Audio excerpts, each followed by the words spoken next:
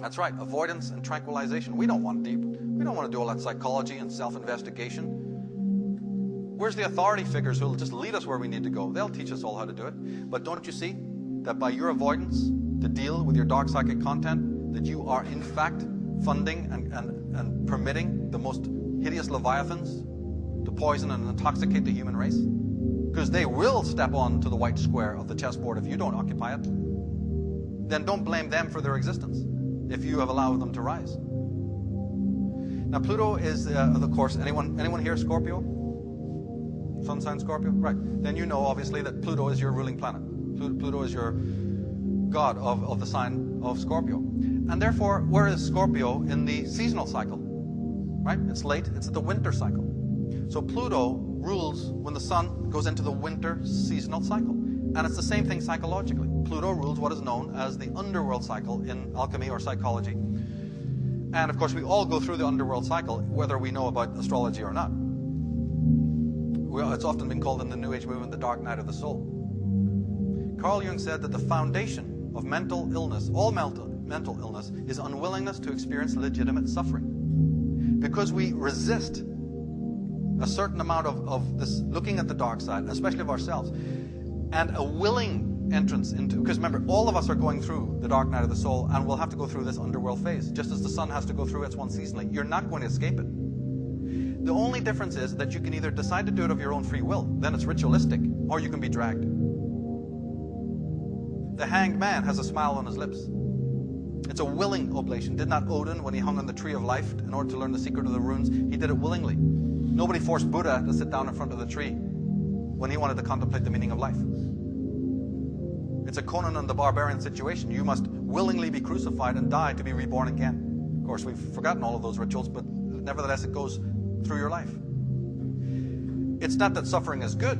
Suffering is built into the universe. You're going to have it just like you have pleasure. It's your unwillingness, unwholesome unwillingness to deal with it and to accept it for what it is, which is like the sword saying, I don't want to go through the fire of the blacksmith. Well, then you're not a sword, period. Now, countries go through these great cycles. The seasons go through it, and so do the psyche. In psychological terms, though, Pluto, Shiva, represents what is known in consciousness as the shadow self. Now, you see, in the schemata of consciousness, we're out here. We're out here in the realm of persona, which is the word for mask. We're out here in the Hollywood drama, right? The mask, the show of masks. And we become so identified with this extreme edge of consciousness, the fashions, what are we going to look like, you know, appearances, and the whole 9 yards. Now, of course, a certain amount of persona we need. Otherwise, we'll be wide open to attack. You need the mask in order to conceal your real identity, to protect yourself and generally, and to operate in the world with other fellow human beings. But we have way overcompensated for it. We've put all our psychic energy into the mask, and you only have to look at the cosmetic commercials to know that it's obsessive right now. Behind that is the ego, the waking consciousness. And this little battery runs down every 12 hours or so you need to sleep. That's because it's finite and it's energy, and you need to sleep to restore its energy. When we wake up in the morning, we have a thing called ego consciousness, ego waking consciousness. But the ego is a strange kind of thing. As I said, it's kind of young and reckless and wild, as well as very domineering. And anything that your ego or you do not like about yourself, you repress. And the repressions of all the stuff that you despise about yourselves becomes what's known as the shadow personality. And it's kind of in the unconscious realm. It's not even in the conscious realm because you're not aware of it. It's like the director's cut of your life. The shadow is the repressed stuff that we don't show to the world, and we even forget. Now, for those who find it hard to understand what repression is, it's forgetting something and then forgetting that you forgot about it. It's the skeletons in the closet. And again, it's a very necessary part of the human mind. We need it to survive. It's like the dumpster. You need to throw the trash out. But we've again overcompensated. We're doing it too much. And it causes enormous psychic problems.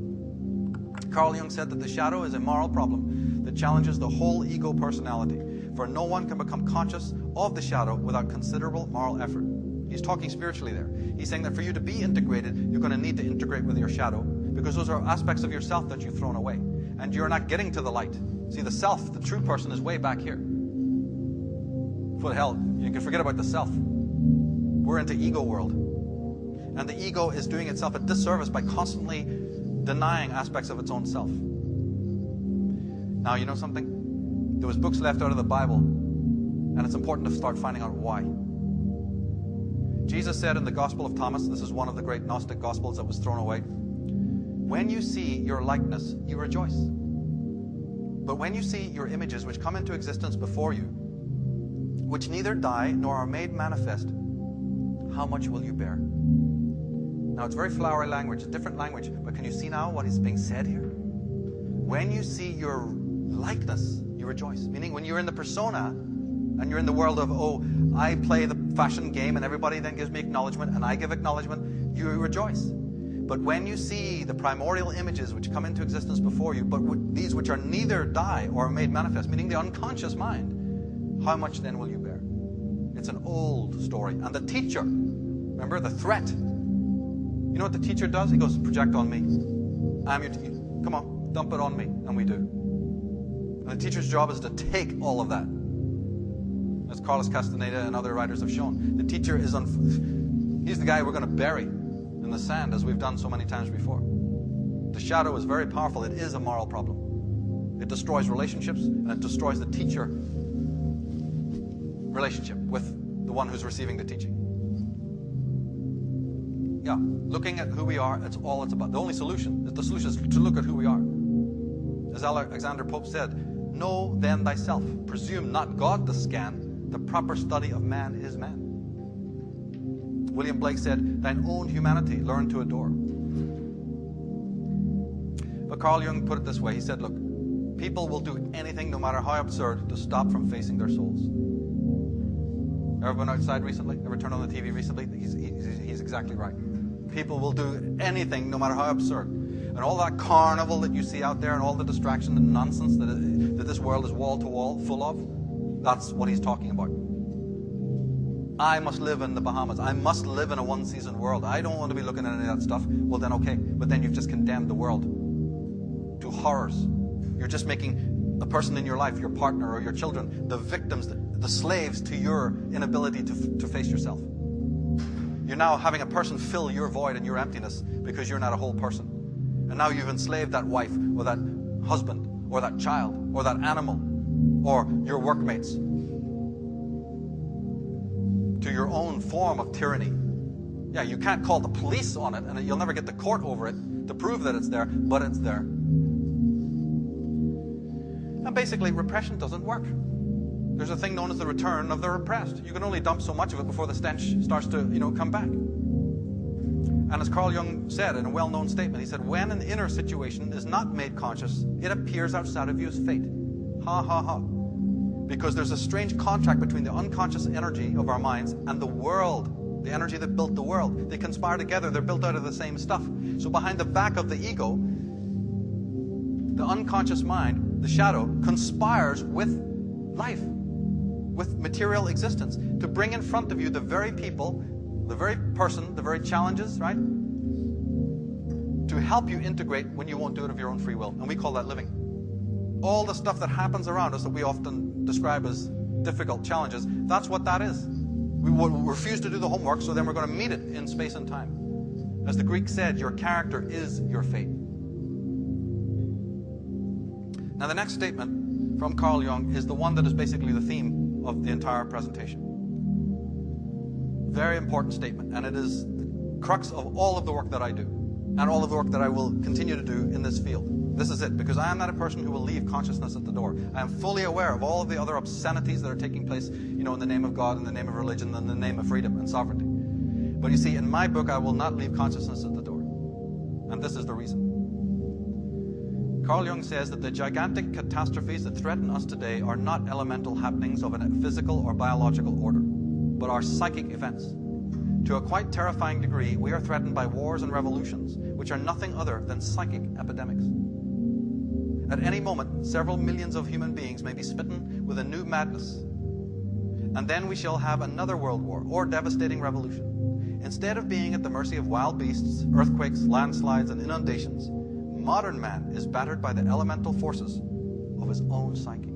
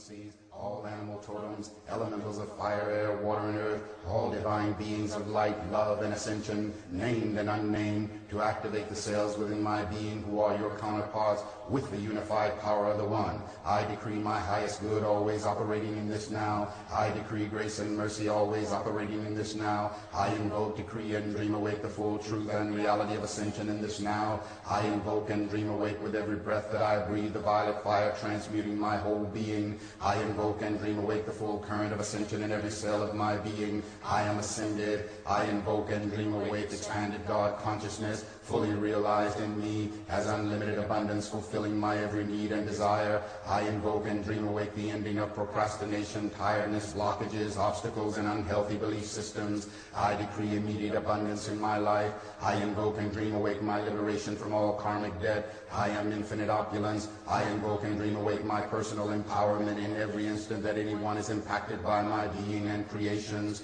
I invoke and dream awake the infinite empowerment of my sexual, spiritual, mental, emotional, physical, and financial relationship with life. I invoke and dream awake sacred sexuality, erotic innocence, and always express the sacredness of sexual force for pleasure, creativity, and healing. I invoke and dream awake world universal healing from all sexual woundedness and shame. I invoke and dream awake worldwide release of all manipulating forces and beings who would control humanity past, present, and future. I invoke the angels and ascended masters to realign and heal all misused energy, to include the full restructuring of our DNA. I invoke and dream awake the transmutation of all negative and judgmental projections. I invoke and dream awake my constant ability to be centered and balanced in my psychic perceptions and empathic nature. All overwhelming psychic energies are released by me automatically, easily, effortlessly. I am empowered by everything. I invoke and dream awake my lucid dreaming each night I sleep and total remembering when I awake. I invoke and dream awake my infinite harmony with God, Goddess I am. I invoke and dream awake the full expression of my miraculous healing power. My life is a continuous stream of miracles. I invoke and dream awake my infinite ability and willingness to receive all life's blessings. I invoke and dream awake a constant attitude of gratitude for my whole life, all my accomplishments and blessings, including the same for the universe at large. I invoke and dream awake the full blessings of God, Goddess, the ascended masters, angels, guides, and beings of light to bless this earth. I invoke and dream awake all my decrees, invocations, and prayers I have released to the universe and open myself to God's response, support, and love in my highest good. I invoke and dream awake the release of all past, present, and future lifetimes of decrees and vows which would bind me to limitation, lack, density, and anything not of ascension in this now. I invoke and dream awake the full reclaiming of my eternal self as powerful, loving, and fully aligned in abundant God consciousness. I invoke and dream awake the total dissolving of all manipulating forces which would bind this earth plane in fear. I invoke and dream awake the influence of the ascended master realm and angels to intercede and raise the vibrations higher to bring darkness into the light, raising the frequency of love and God consciousness on planet Earth in this now. I invoke and dream awake the ascension of planet Earth in this now.